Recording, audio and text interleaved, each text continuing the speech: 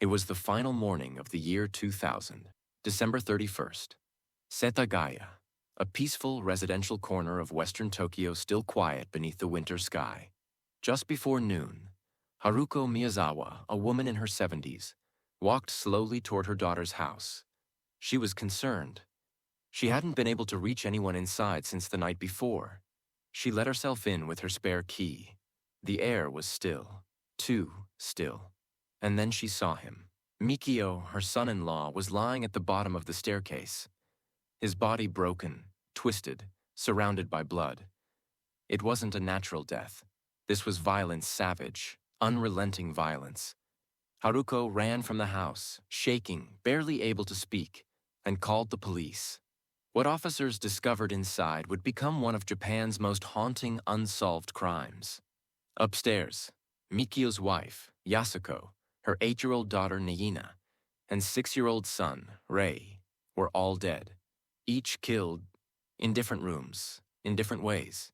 A family wiped out in a single night. And the killer?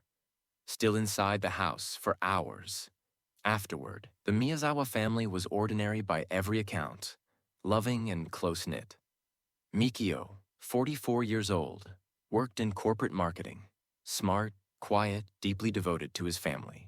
Yasuko, 41, had once been a teacher, but stayed home full-time to care for the kids. She was nurturing, protective, the kind of mother who noticed every detail. Naina was just 8, a bright, joyful second grader. She loved dance and always insisted on brushing her own hair before school. Rei, 6, had a speech delay. His world was smaller, more fragile. He clung to routine, and Yasuko made sure he got the extra help he needed. They lived in a duplex beside a park. The sound of skaters had begun to grate on them late-night noise, loud teenagers. They were thinking of moving, but they hadn't yet. Police believe it started just before midnight, December 30th. The killer entered through the second-floor bathroom window. The screen had been carefully removed and placed outside, not ripped, not forced, just deliberate. Inside, the family was asleep. Rei was the first to die. The boy had never left his bed. He was strangled by hand. No marks of struggle, just gone, silenced in his sleep. Then came Mikio. He must have heard something. Moved to protect his family. He met the killer near the staircase. The attack was brutal. A long sashimi knife plunged into him again and again. The wounds were so deep, the blade snapped off in his skull. Blood painted the floors. His hands shredded from trying to fight back. He died alone at the foot of the stairs. But the killer wasn't done. Upstairs, Yasuko and Naina had tried to hide. There were signs of a desperate struggle, bloody smears along the walls. The narrow hallway echoed the final moments of panic. Yasuko fought to protect her daughter and was stabbed repeatedly. Naina, just 8 years old, was found nearby. Her small body bore multiple stab wounds, some so forceful they cut into the wooden floor beneath her.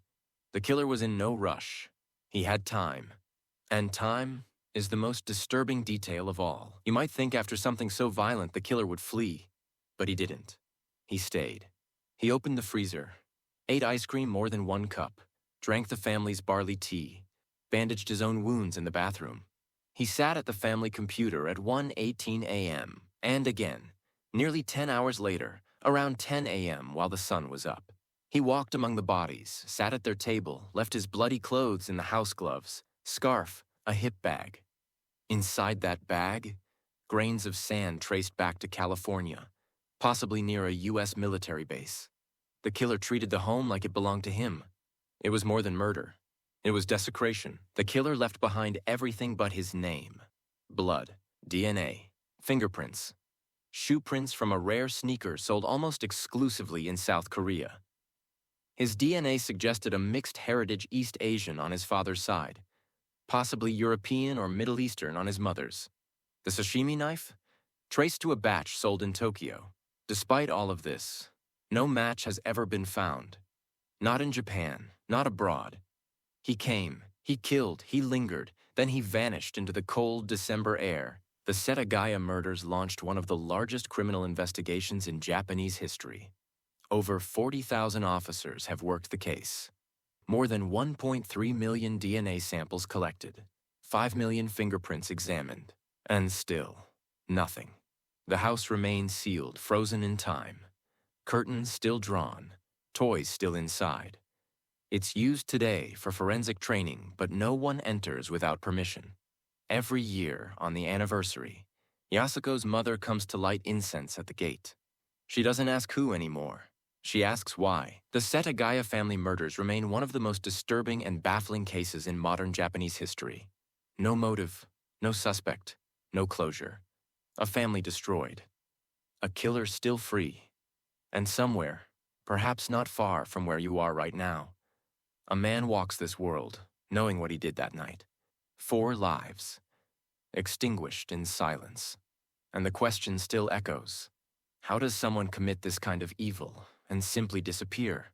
If you found this case as chilling as I did, don't forget to like, subscribe, and hit the bell so you never miss another true crime story. Thanks for watching.